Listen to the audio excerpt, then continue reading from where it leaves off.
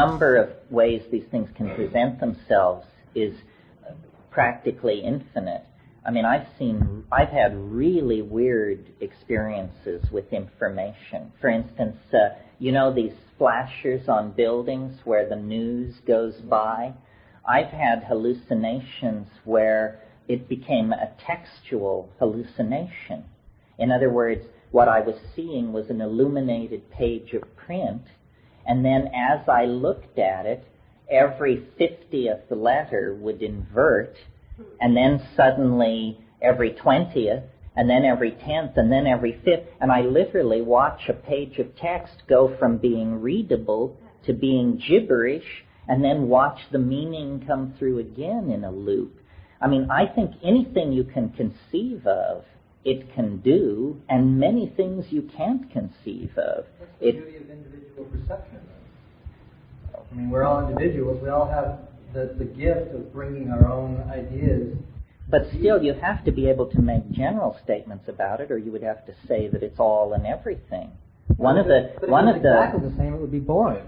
Well, although how would you know, since you would never have any trip but your own? Right.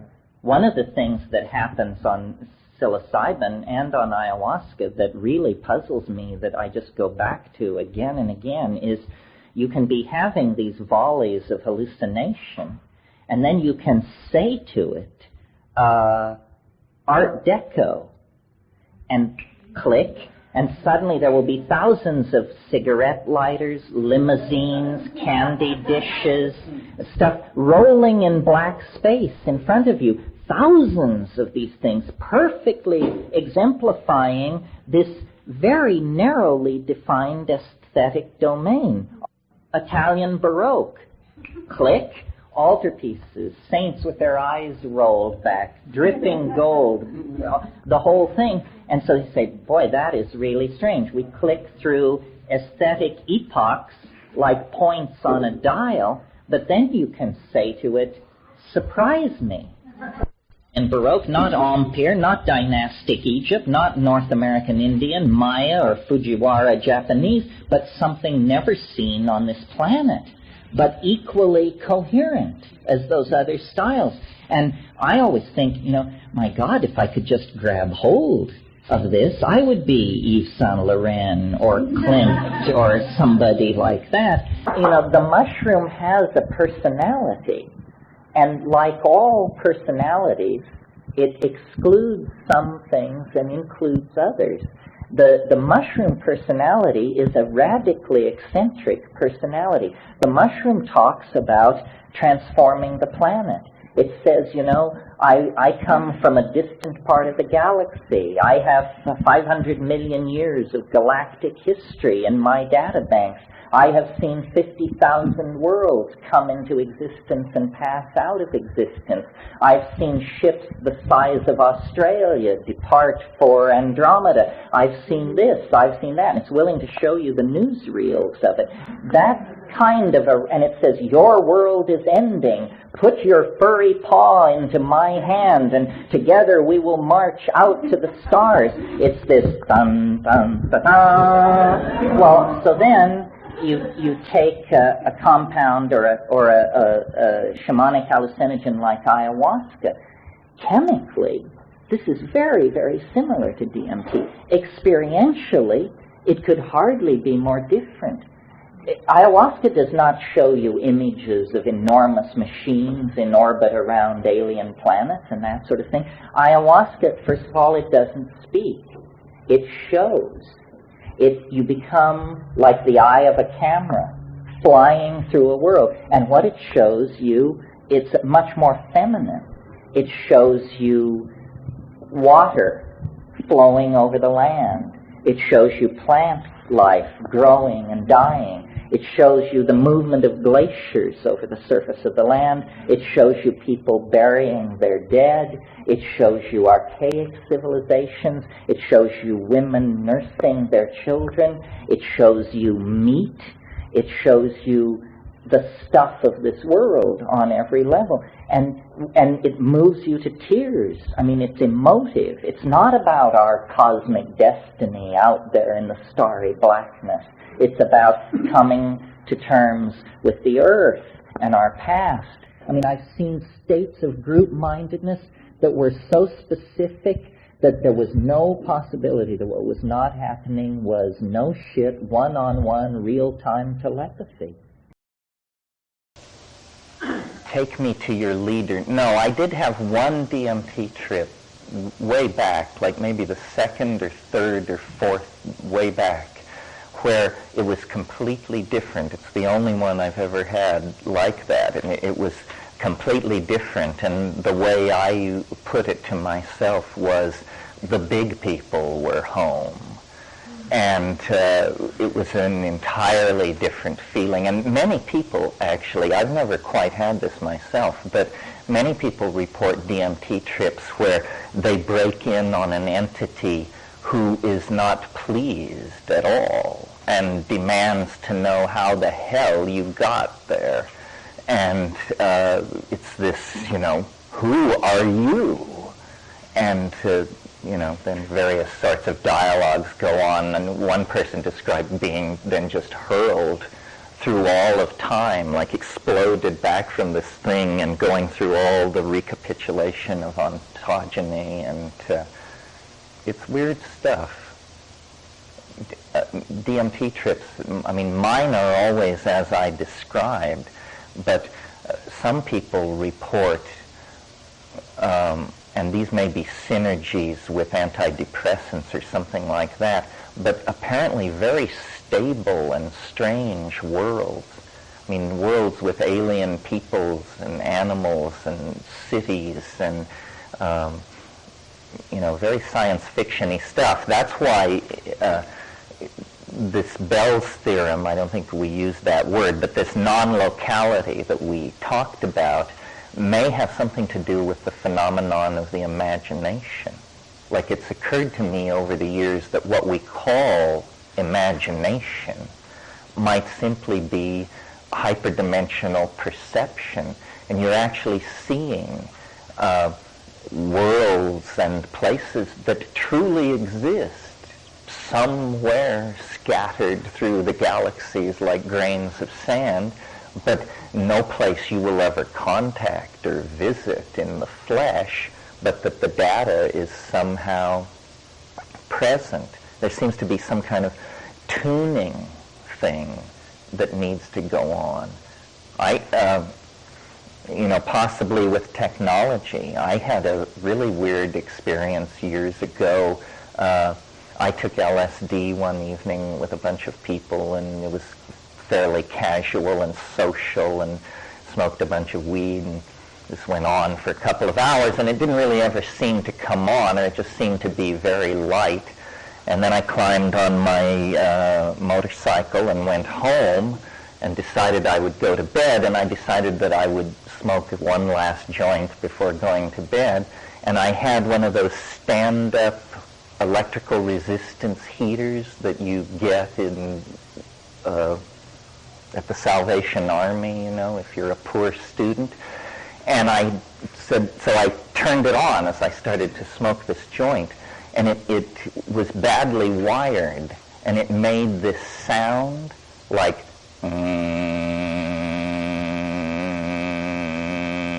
and as I began to listen to this sound, I went to lizard land. And I entered into this completely coherent thing which lasted for hours about this world inhabited by these intelligent reptilian beings. And we went through their art, their history, their theories of jewelry making, their philosophy, their polity, their science, their religion, their fashion, and it was like endless stuff about this very specific reptilian world. Well, then later I tried again. I took LSD with my arm around my heater and had by then been preaching it in the streets that this was and I could never really find my way back, which is a typical phenomenon of higher dimensional phase space. Ralph taught me, doing the reverse of what you did doesn't steer you back to where you started. You have to find your way forward through the matrix.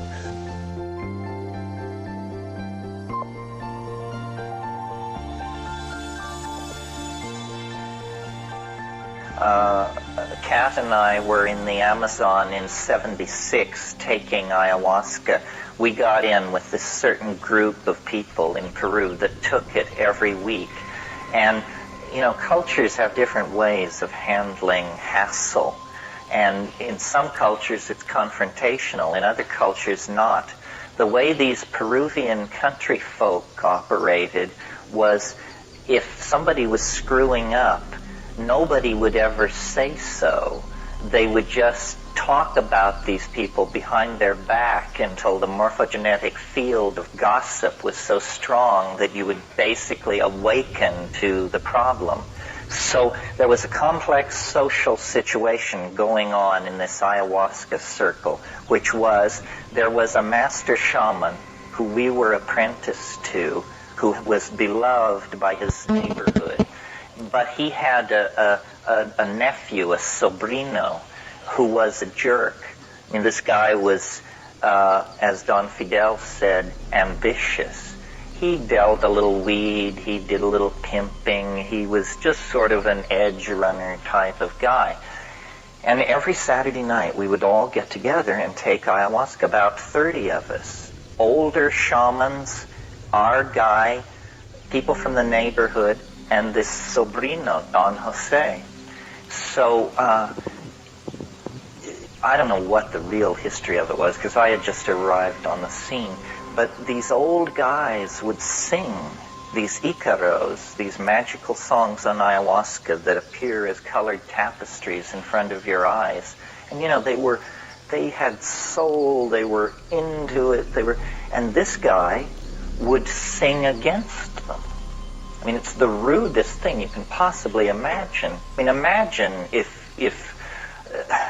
Lou Reed were trying to give a performance and the guy in the third row just launched into Old Man River and kept at it, I mean, in this town, I'm sure large guys would appear and say, "Sir." In Peru, it didn't work like that. They just kept singing. He kept singing. And it was clear that this is how it was going to be handled, that we had just divided into two separate entities here. Well, my wife was sitting next to me, and he was sitting across the room from us, the sobrino, and I had been watching him for a long time, and I was loaded to the gills, and I could see he would get up on his haunches, and he looked like a monkey. His face... It was uncanny. I mean, he looked like a monkey, and he also looked kind of like a jackal, a dog with long teeth. Kept going through these changes, and Kat leaned over to me and said something like, "This guy's an asshole." And I just said, let it slide. What do we know? Think of it as anthropology. But she wasn't having it.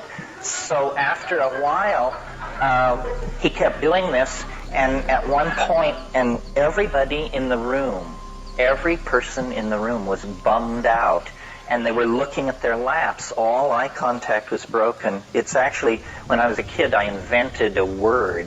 The word is fardao, and it means the embarrassment you feel when someone else fucks up. And you happen to just be there, but somehow the aura of it is so strong. So the entire room is just awash in fardao. And the old guys are singing, and the guy is singing. So then at the end of a particularly intense clash of these two styles, my wife just looked across the room at this guy and put the whammy on him. And I saw these red arrows leave her eyes, and like dotted lines go across them. And they move fairly slowly, more slowly than you could throw a ball or something. Well, when this line of red arrows got to this guy, he was knocked off his feet. He fell backwards with his legs in the air, and there was a big noise.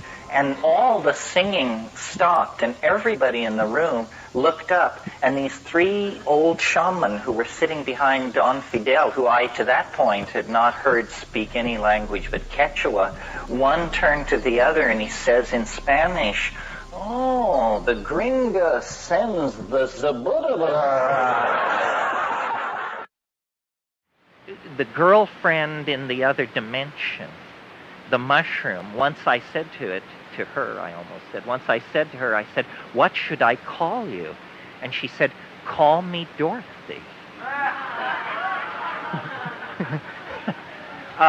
So I invoke it, and it comes, and then we're off. And sometimes it's easy and loving, and sometimes it's different. I remember one very epic trip I had where I had tossed out a big compost pile from growing mushrooms years ago in another country. Actually, it was a past life, I'm now recalling. But anyway, I tossed out this stuff, and this thing grew, this humongous mushroom.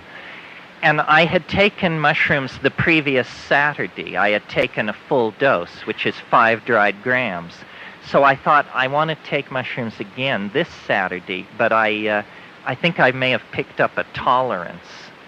So I'll just take 9 grams instead. And this is where the learning takes place. The mistakes. Treasure your mistakes. So the thing, it's like I'm sitting there, and suddenly I realize, oh my God, it's coming at me. It's 100 miles wide, it's 10 miles high, and it's just rolling toward me. It looks, and I barely had time to lay down. That's how fast. I said, and a voice said, prepare, the storm is about to hit the beach. And I laid down, and it was like a tornado hitting. And at one point I opened my eyes, and there was this woman in a full bondage getup with piercings and rubber panties and the whole thing, and I was lying there between her legs. She was standing upright, and she put her face right down next to mine, and she said, "Is it strong enough for you, asshole?"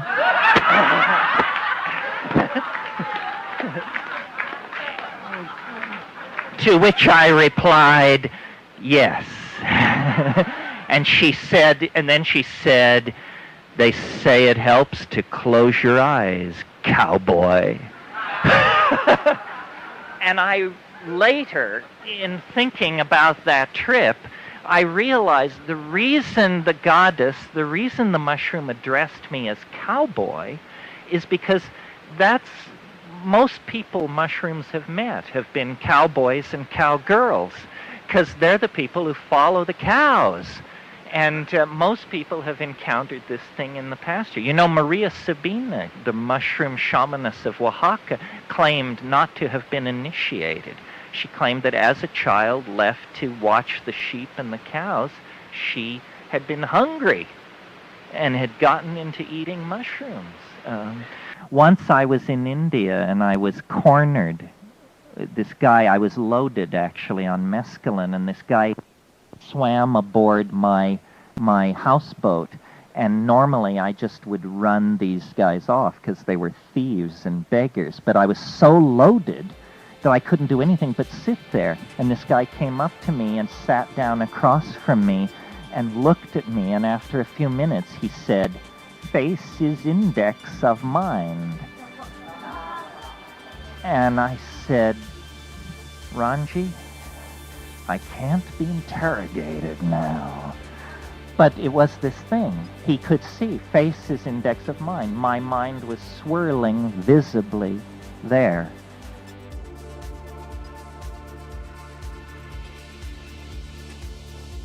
at times appeared to work miracles. At one point, I was trying to test him and his abilities, and I recalled that there was a box that my grandfather had given me that you opened with a little silver key that had been lost for years and years. And I said, well, if you can do anything, why don't you produce the key that to that box, which neither of us had seen even the box for a dozen years.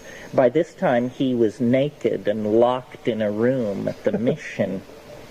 And he went and he would make these bizarre gestures, these strange, I don't know what was going on. And he went into a period of concentration, gave a wild squawk, and slammed into my hand and gave me the key. Gave me the key. He was naked. He had been locked in this room for 14 days at that time. And I was like, I didn't know what was going on. But what was happening to me was I was like utterly unconcerned for his mental health or any practical concern, which was causing a lot of problems for the other people on the expedition. In classical psychology, this is called a folie à deux, a delusion of two. It's a simultaneous schizophrenic episode. It usually involves a mother and a daughter. I've never heard of a brother-brother folie à deux. But it was accompanied by all these exterior manifestations, freak rainbows, and in my case, an encounter with a UFO. And this UFO encounter had a very curious quality to it. Not that they don't always, I suppose. But this was even more curious than the pedestrian UFO encounter. What happened was it was on the 13th day of the reversal, and I had this intimation.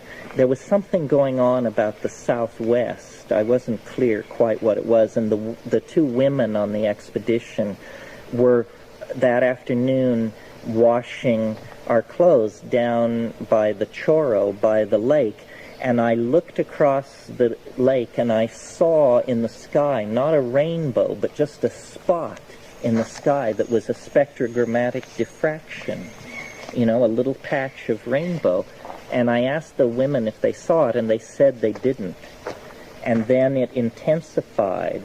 And by this time, I was plenty in the doghouse as well. I mean, this put a great deal of strain on our small party, as you can imagine.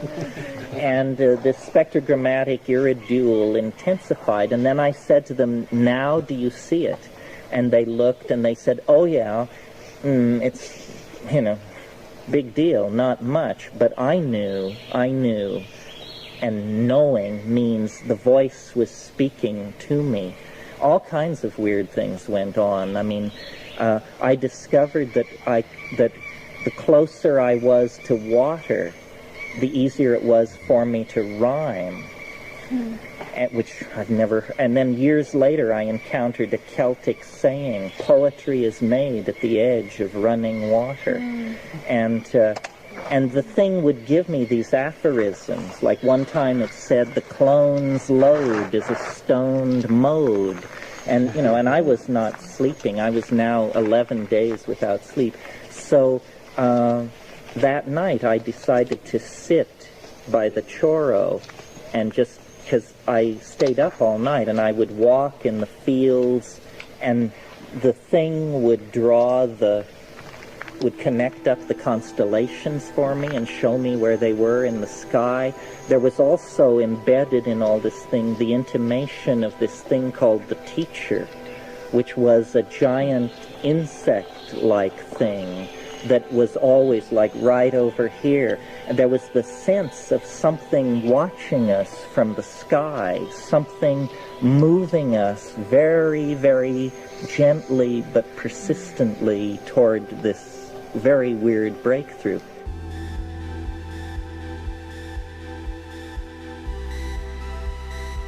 what I hear you asking is, what about the dark side of psychedelics? And I think that's certainly worth talking about. It isn't a joyride necessarily. One thing that is quite wonderful about psychedelics is that, and I'll just speak of the mushroom in this case, is that it's wonderfully kind to beginners. But if you are an acolyte of the priesthood, sooner or later it will scare the socks off you. And in many ways it can do this. In fact, that's what's so scary about it, is it knows the way to scare you, just like it knows everything else about you. And so in my talk I stressed the facility with which one can access these places, and I sort of teased yoga. It is easy to access these places.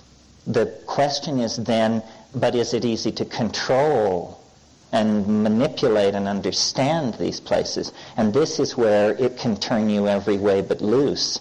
This is where you want to have your mantras polished and your yantras ready, because in that domain it all works.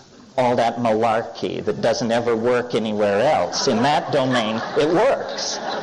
And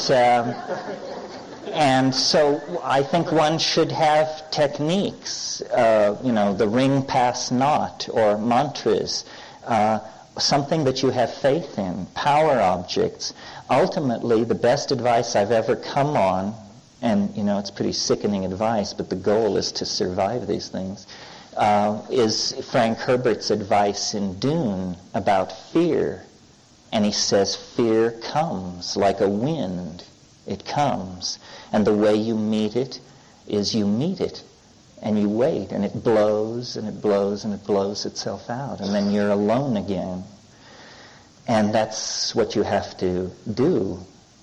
And then in terms of practical instruction, there are ways to navigate through hard spots.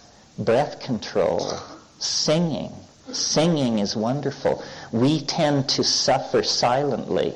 And if you get into a pressurized place on a psychedelic, I don't think it's a good idea to go to squeeze down and to meet it like that. I think it's much better to sing, to circulate huge volumes of oxygen through your body and just send your whole metabolism spiraling off in some other direction. Shamanism was defined by the foremost commentator on it, Merciliade, as the archaic techniques of ecstasy. Notice its techniques. And this is really important. This is not a religion or an ontology or a set of beliefs like Buddhism, Hinduism, Catholicism, you name it. It's a set of techniques. And the techniques deliver the experience. And then out of the experience one creates whatever models of the universe seem appropriate. But this is what science was before science. This is what religion was before religion. And it's deep. It's the deepest thing there is. Our society, living in ignorance of this, is infantile and destructive and narcissistic and materialistic and the whole gamut, because we can't touch the gold in life. It's hard for us. It's very elusive. It's far from us. Authenticity is fleeting, and we require psychotherapists and self-affirmation and all this stuff to hang on to it. How I got into this, like the gentleman who asked the question, is by being in the Amazon, by having searched India to see, what can you show me? And they couldn't show me anything. They wanted me to sweep the ashram for 12 years, and then something wonderful was going to happen. But then when I got to South America, I said, what can you show me? And this guy said, let's sharpen our machetes. We'll go out here and get some of this snake vine and come back, and I'll show you. And by 10 o'clock that night, I was sobbing in the guy's arms. He'd shown me I was a convert. I'd sweep his courtyard for 12 years without asking.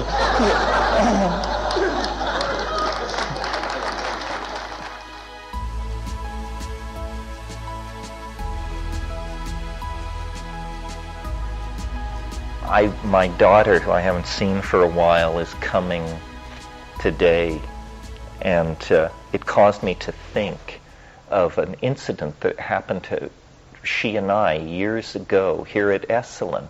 And it's a story which makes no sense whatsoever, but it really, truly happened, as far as I can tell. But it has all the qualities that bedevil this kind of thing. And what it was I was, as I am now, scholar in residence. It must have been some 10 years or so, 8 years or so ago. So Clea would have been like 9, and I would have been 40. So we were both younger and more naive. And it was dinner time at the lodge, and it was this time of year and this time of weather. And the fog had been coming all day in and out in the garden. And it was, and we genuflect here, God love him, to Carlos Castaneda, it was that very strange time of day, which only lasts a few minutes between daytime and nighttime, the crack between the world, I believe. It's interesting in South America and also in Hawaii, at precisely that moment, every day, there are certain species of Lepidoptera that rearrange themselves. In other words, that come out from wherever they've been hiding for 24 hours, fly around furiously for 5 minutes, and then disappear again for 24 hours. But anyway, it was precisely that time of day, and the fog was coming in and out of the garden, and we were not in a mood for anything peculiar. We were intent on dinner, and we were walking the path through the garden, and suddenly, as this fog moved and cleared, coming down one of the rows was a bunny, a small rabbit, except that it had very small, short horns. Now, some of you may know the creature called the jackalope. The jackalope is a large jackrabbit with a pair of antelope horns, and it is a creature known only to exist above certain low-class bars scattered across California and Oregon. It's up on the wall, the jackalope. It's something you kid tourists with. As far as I could see, this was a baby jackalope about this high, and it crossed the trail no more than 5 feet in front of us.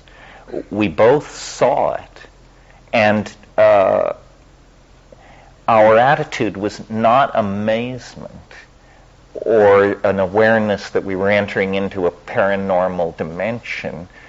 Both of us, I think our reaction was, come on. And then immediately behind it was a man, a very thin, not particularly healthy-looking man with a shaved head, wearing something like a gray running suit. And he was running crouched. He was with his hands out like this. He was trying to catch the jackabunny.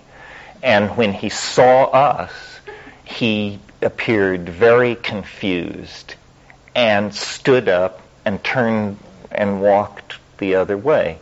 And I just took her by the elbow and I said, let's get out of here.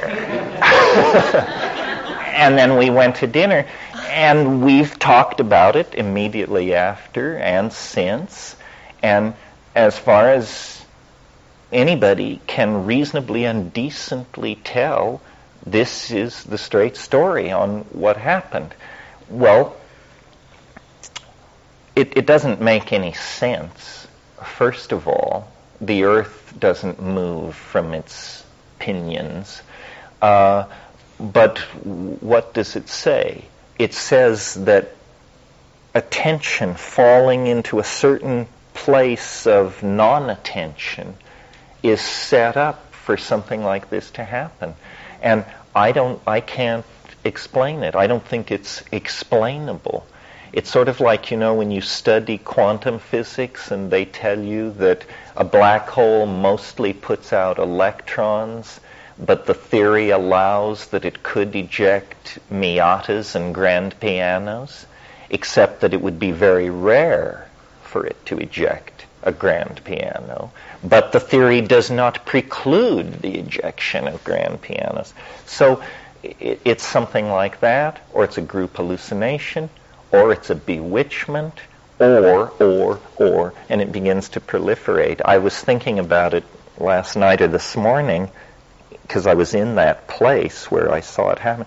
I was thinking, maybe Esalen lasts a really long time. Like maybe it's sort of like the Piazza San Marco in Venice, or the Central Aryan Stonehenge. Maybe we're actually starting something here that will last so long that for the next 5,000 years, people will relate to the Esalen Garden, and that somehow it's a nexus for others on strange missions. Now, the other thing about that story that I like, or that relieved me, is I guess the way to put it, is notice that it's absurd. And by being absurd, it's self-canceling. Suppose instead of a jackalope, which is an absurd creature to begin with, suppose it had been a gray of the wraparound eye type that are apparently trading high technology to the government for human fetal tissue, those people, then you would have had a real dilemma on your hands, because grays are objects of cultural fascination. In other words, if you see a gray, you just become part of a statistical body of people who've seen one. And so it's like more problematic. It's not that it's a non-reality, it's that it's a sort of a non-reality. This is, I think, part of the clue to understanding alien abductions and the way we generate information. If I tell you that I was up late last night and couldn't sleep and walked along the cliffs over Esalen, and that I encountered a shining disc, and that I then had my navel lint was removed by a team of extraterrestrial cosmetologists. This is evidence for an already existing body of data. If you say, well, you should call MUFON, they'd be very interested in this, or you should call somebody else. If I tell you I was restless last night and walked the cliffs of Esalen, and that I encountered Bugs Bunny in the company of Patrick Swayze, people will just say, you're nuts. It's not sanctioned. It's not allowed. And nobody gives a hoot or takes it seriously for a moment, because it serves no one's agenda. It's just insane data and should be immediately tossed out. This shows us, that the objects in the unconscious are given different weights, and you can tell a crazy story and join a self-help group, but if your story is too crazy, they won't have a group for you, they'll have a cell for you. So it's worth bearing in mind. let's be generous here.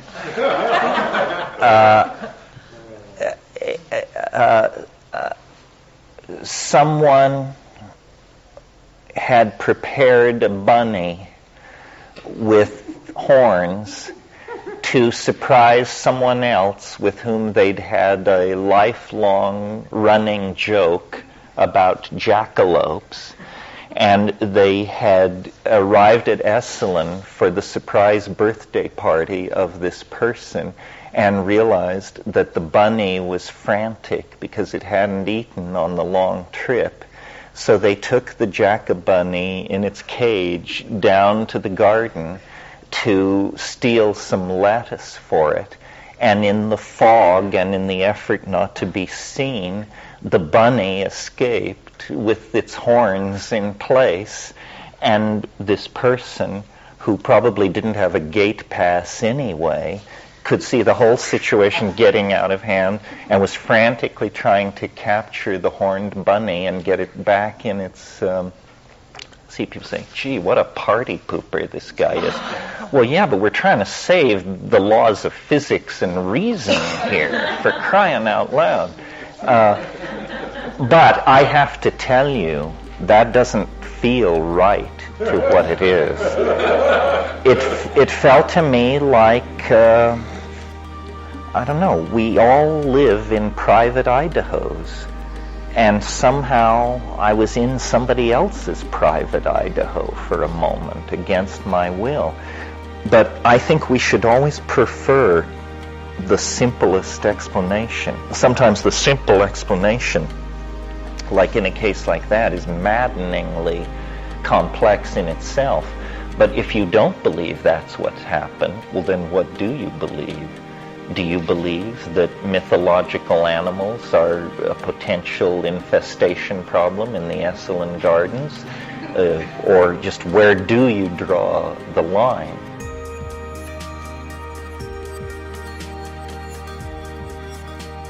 I had an experience earlier this summer, which I probably shouldn't tell, but I will, that is an example of how it gets weird.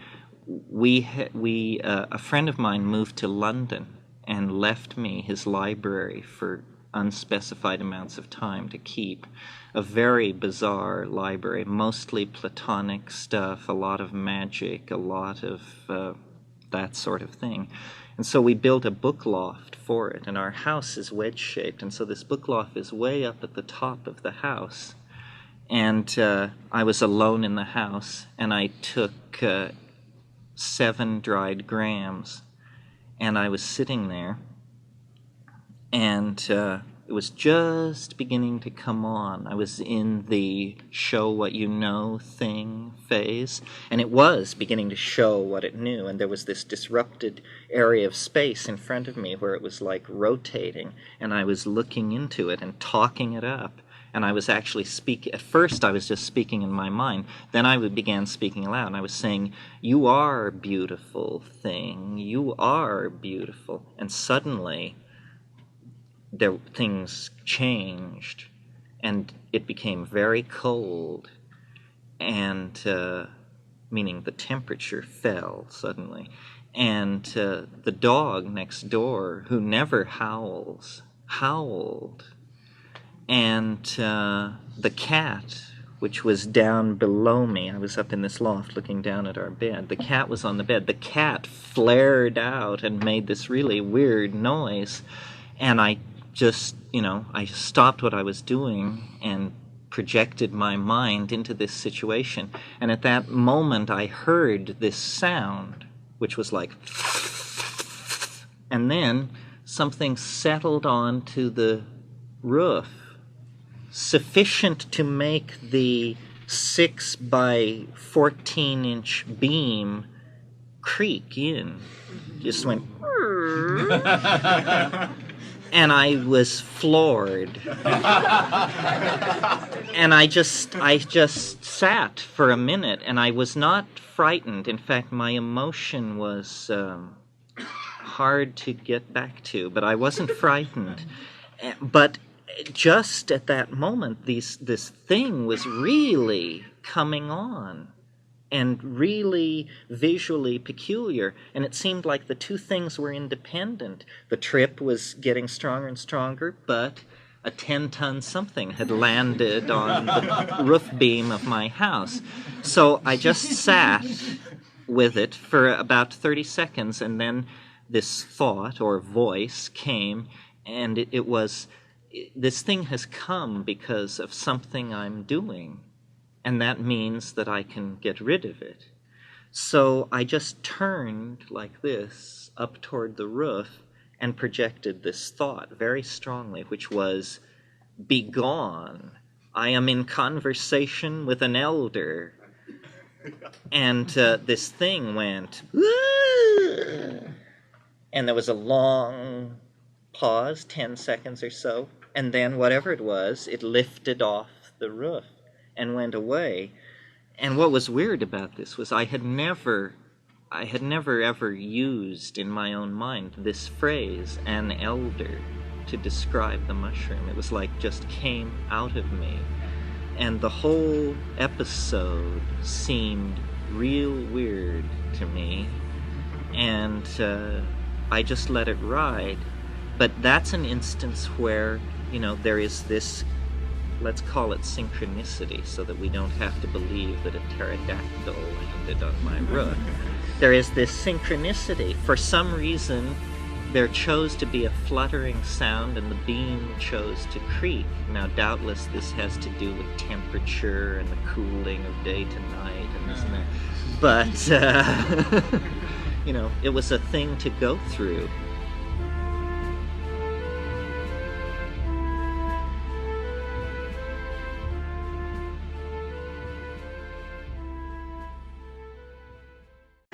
There is something loose on this planet, is that what I want to say? Or behind reality? Or something? We could call it the unconscious, but that might make you feel more comfortable with it than you should. But what this power can do is it can manipulate your mind. And what it has access to is the complete contents of your experience.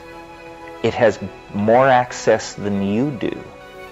You, the ego, are a fragile and forgetful creature.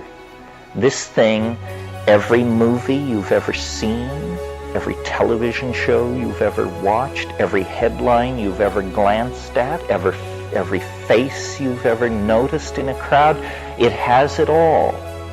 And when it sits across the board from you and the pieces are displayed, it absolutely surrounds and encloses your mental universe and can manipulate you any way it wants to, because it knows you far better than you know yourself.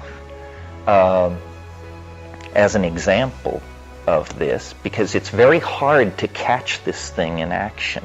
It's Mercury sly, but it's not perfect, it's not godlike.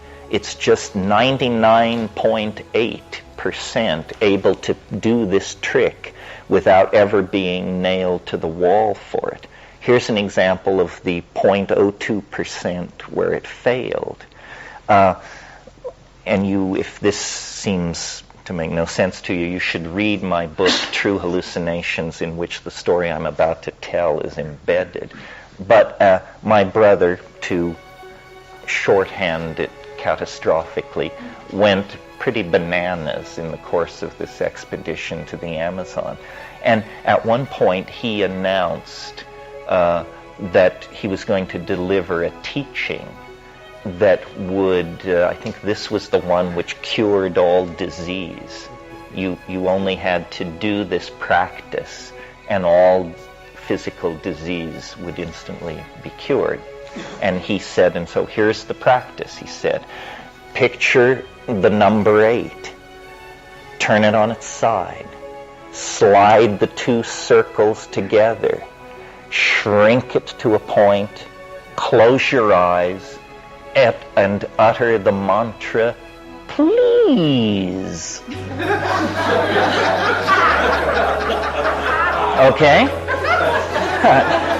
Sounds like it has a 30-40 chance of at least knocking back hay fever, right? So this was at a point in this experience in the Amazon where he had been raving for days and days, and just everybody was exhausted and at their wits' end, but it was like a bolt of lightning to me, because I remembered that 3 months before I had been in Canada, having come from Japan, and was getting ready for this Amazon expedition. And one of the things that I thought I should take care of, since I'd been in Asia for a couple of years, was I needed a dental checkup. So I made an appointment with this Canadian dentist and went for this dental cleaning, and arrived to find a waiting room full of people, and settled down to a tall stack of tattered and incredibly tatty magazines, among which was the Journal of the Canadian Education Society, something like the Parent-Teacher magazine, but for Canada. And there was an article in there that said, this was 1971, shows you how things never change. There was an article about how computers will soon revolutionize elementary school teaching. And so, in desperation, I turned to this article. And here's this article. You can imagine what it was saying. But there was this little sidebar next to the article. And it said, the schools of the future will be nothing like we have known. Children will learn in completely different ways. And then it said, imagine little Susie sitting down in front of a computer screen, visualizing the number 8, turning it on its side, sliding the two circles over each other, and shrinking it to a point in order to command an arithmetic operation or something like that. And it was like, nailed. We know where this stuff is coming from. It's coming from our own minds. He, if we want to blame my brother for this, had apparently a complete readout of all this detritus flowing around in my mind, and could pick it up and use it at will to befuddle and confuse me and lead me deeper in. When I was schizophrenic, if this is what we're talking about, my feeling about it was, and maybe this is, if not true, a delusion worth playing with, is I thought, what we call mental illness, what we call schizophrenia, and what we look into the body or the mind or the personal history or the dream state to try and understand and possibly cure, it's not like that at all. It isn't if you're the person who's nuts, it isn't your problem. It's something that's happened to you. Not more fundamentally than catching the flu. It's like you just happened to step in some cosmic doo-doo, and now it's on the bottom of your shoe, and everybody's pointing at you and backing up, but it isn't your fault. It was just happened to be in your path. It's a kind of, it's a horrible piece of luck, unless you can turn it to your own advantage.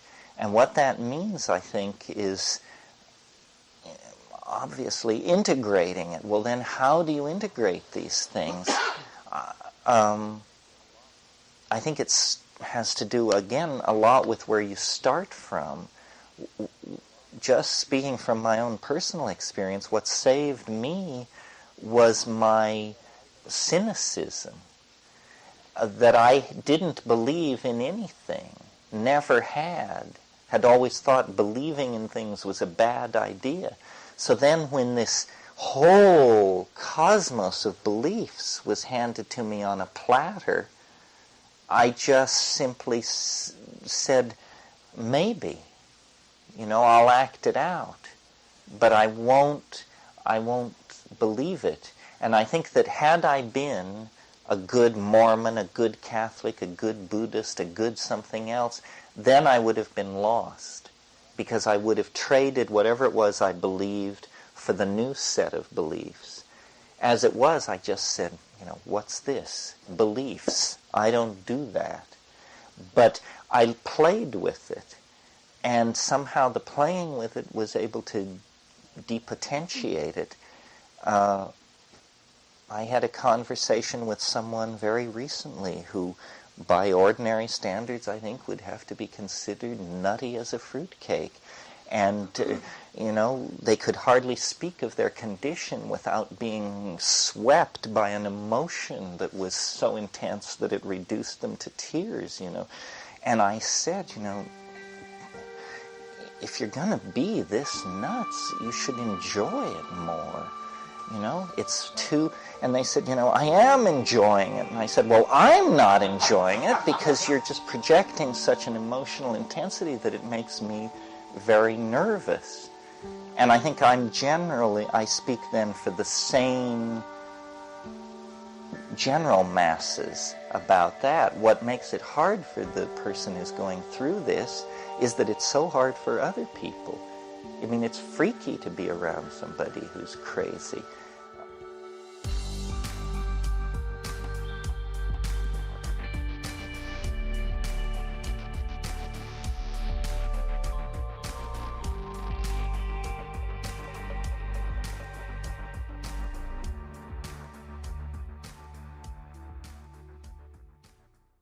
Dennis had this notion of what he called the good shit. This developed in the days after the ideas about hypercarbylation. And he claimed it was like a fantasy, it was like a joke, it wasn't clear exactly what it was, but it was this idea that there was this hash somewhere that had been rolled into cow dung and cut with cow dung and then infected with psilocybin mycelium, so that the mycelium had completely replaced the cow shit in this ball of hash, or this hypothesized kilos of hash somewhere in the world. And so there was this psilocybinated the good shit. And at one point he envisioned us actually forming a rock and roll band which would play instruments that would condense this stuff out of the air over large audiences. And, we would go on tour, and at the end of the tour, history would be, the whole thing would be in a shambles, because Uncle John's band really did come out of the woodwork. But so at one point, he predicted one night after he had been moved to the river and was sort of in semi-incarceration, he predicted that the good shit would come that night. And so I left with my girlfriend of the time, and it may have even been the same night as the Silver Key incident. And it was pouring rain, and we made our way like a quarter mile, half a mile back into the jungle to this other place where we were staying, where the original experiment had been done. And so then we get to the hut, and it's pouring rain, and I had scored this kilo of Santa Marta gold for the expedition, and we had smoked nothing but this, for Colombia, relatively reg weed for weeks. So I got it out to roll the evening's joint, and I was fumbling with it, and I got this thing lit, and this little crumb, this little burning thing fell on the floor, and I lifted it up and smelled it, and the transubstantiation had occurred. It was, like Mazari Sharif, AAA, Red Lion, hashish of some sort. And I know hashish. And here we were in the center of the Amazon, in this hut, in this pouring rain. And I could tell that it was the good. It was the good shit. It had actually manifest. And I showed the woman who was with me, who was easily led one way or another, but anyway, she didn't say it wasn't. And I stayed up late that night smoking this incredible hash and waiting for the rain to stop so that at the first gray light of dawn I could go down to the river and confound my critics with, the stone itself, the alchemical quintessence, the concrescence, the excreta bonum, the good shit. Here it was. And so as dawn broke and the fog lifted, I made my way across this rainy pasture and sat down by the hammock of the sleeping form of my most vociferous critic and sort of elbowed her awake. And, there were other instances where this was the principle at work. It didn't work. Everything had returned to normal. It was the Cinderella screw up, It was just that I was a char girl who washed pots, and there was no prince, and there was no coach, and there was no... And plus I was once again humiliated in the presence of my critics who had further reason to think that a check into the local mental health care delivery system might not be a bad idea. These things happen.